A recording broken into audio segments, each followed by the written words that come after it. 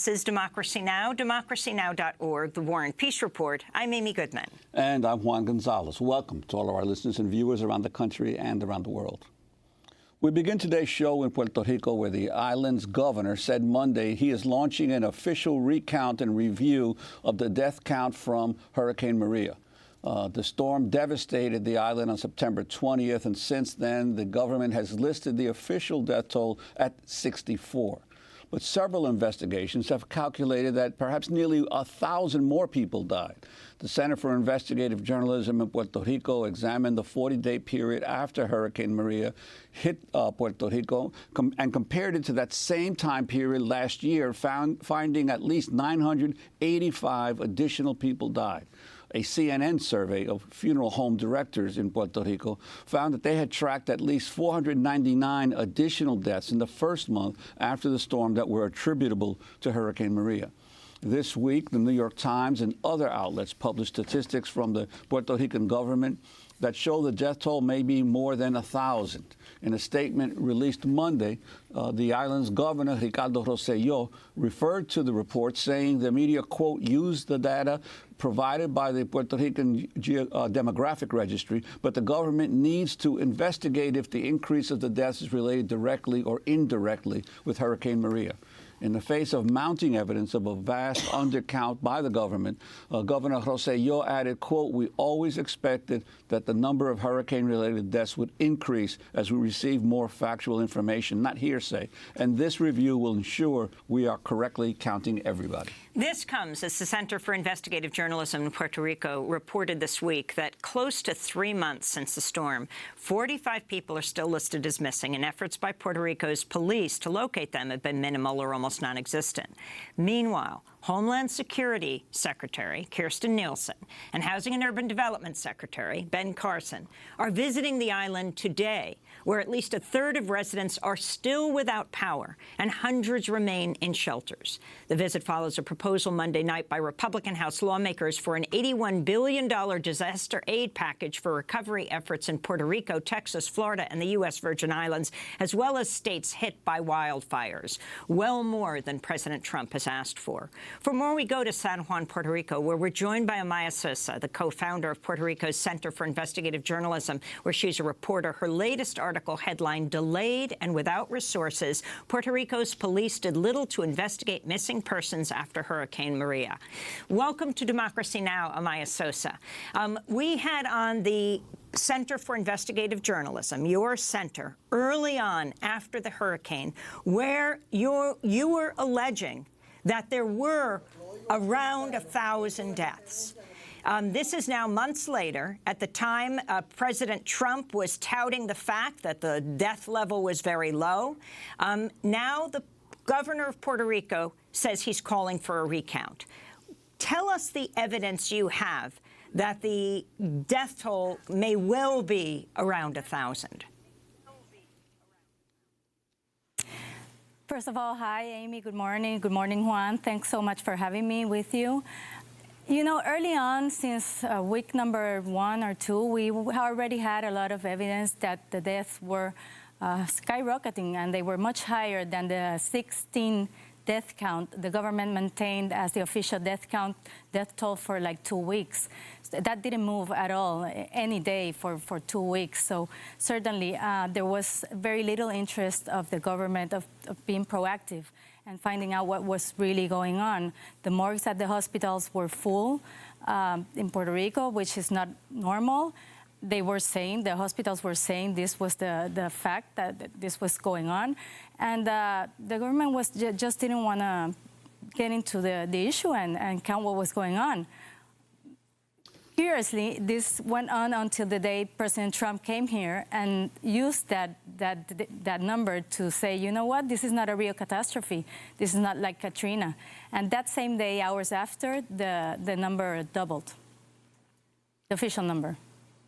Well, I want to turn to those comments you're referring to Donald Trump made in October during his visit to Puerto Rico after the hurricane hit the island. Throughout the trip, he repeatedly praised his administration's response to the storm and comparing it to George W. Bush's handling of Katrina in 2005. This is what the president said.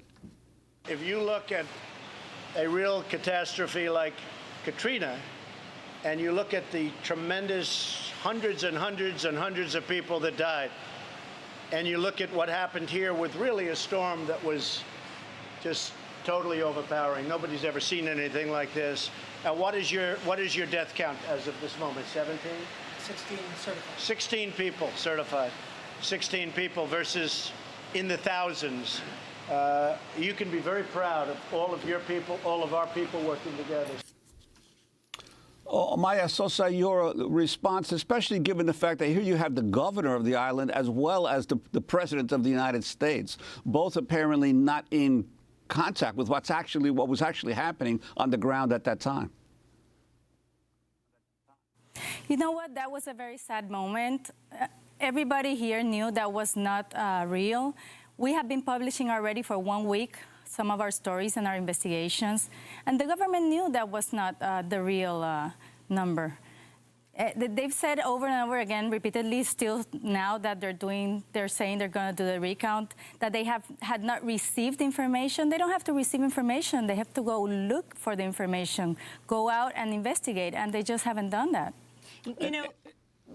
Yeah, and I wanted to ask you in terms of the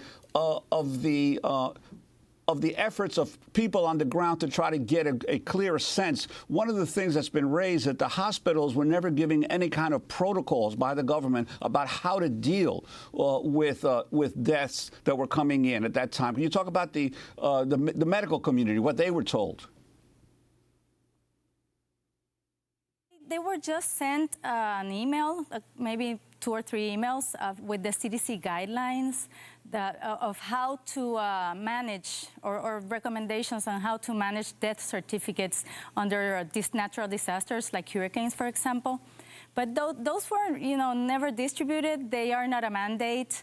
The hospital said that that's not their legal responsibility, and as we all know, there's a lot of liability in writing, putting things in writing without a law or an executive order mandating that. So certainly no. A month ago, there were only, I think, 3 death certificates that said the word hurricane. So there was no clear instruction. This was just to the administrators of the hospital. And I've spoken to many doctors that have said that they have never received these guidelines. They never received an order. And when the governor has wanted to make something happen, he just stands up and clearly says he's putting out an executive order or some kind of mandate, and that hasn't happened. Today is the first time, it was the first time that he says something clearly about this issue, 3 months after. In October, Democracy Now! Traveled to Puerto Rico to cover the aftermath of the hurricane. I spoke with San Juan Mayor Carmen Yulín Cruz, who raised the issue of the number of bodies cremated after the storm. Reported that 911 deaths have been, or bodies have been cremated since Maria. Why is that happening? 911. Why is that happening? We have no idea. Usually when you cremate people at that rate, it's because you're trying to ensure that an outbreak of whatever disease doesn't come out. But whatever it is, we should know about it. And again, I don't understand why these things are not being openly talked about. So that's San Juan Mayor Carmen Yulín Cruz. Amaya Sosa, can you respond to this, the number of cremations? Well, the number of cremations is certainly high. It's been put a little out of context because it wasn't in the stories that came out. They were stories in the States. They didn't compare it to months before, but certainly it's high. Usually it's like 400 to 500 cremations, monthly cremations, and now it was about 900, so it almost doubled. The person in charge, Security Secretary Hector Pesquera, has said that this is the will of the people. But I've spoken to a lot of people that say we have no option. The bodies of my family member, for example, were already decomposed. So, it's not that I asked for or I wished for a cremation. I just had no other option. So certainly it all has to do with the situation. I cannot say there's a will to just cover up something, but certainly now to investigate when you've cremated so many bodies, it's very difficult. Omaya, you've also reported about the spike in the number of people missing subsequent to the hurricane and the failure of police officials to even look for these folks. Would you talk about that as well? Well, this is another very sad situation that happened and was just erased, forgotten by everybody. The week after the hurricane, the missing persons in Puerto Rico tripled. And as we just found out, the police kind of noticed 3 weeks after the fact. So as you should know, when there's a missing person, the first 48 hours are critical to finding this person. And the police couldn't react because of the situation. Also, the police was going through the same problems everybody in Puerto Rico was going through. No water, no electricity, no communications. But it's still the security force. They should have known before. And now, 3 months after, you still have 45 persons from that period that remain missing. And we are noticing a profile of a lot of people with mental health problems. So that got disoriented. Family members are just super upset that they have not had any help from the police at all. So we published that on Sunday. We still haven't seen a reaction, but the police chief in Puerto Rico, Michelle Farley, said that she's open to work in this situation. It's still the same problem. It's too little, too late. Can you comment on, Amaya Sosa, the significance of the heads of HUD, the Housing Urban Development, Dr. Ben Carson, as well as the head of the Department of Homeland Security coming to Puerto Rico today? What you think they need to know? I'm sorry, I couldn't hear you very well. Can you comment on the heads of the Homeland Security and Housing Urban Development coming to Puerto Rico today? What do you think they need to know? There's a lot of work for them if they're willing to do it. First of all, the Homeland Security Department is the one that has been asked by the Democratic delegation to investigate this issue with the deaths and the death count.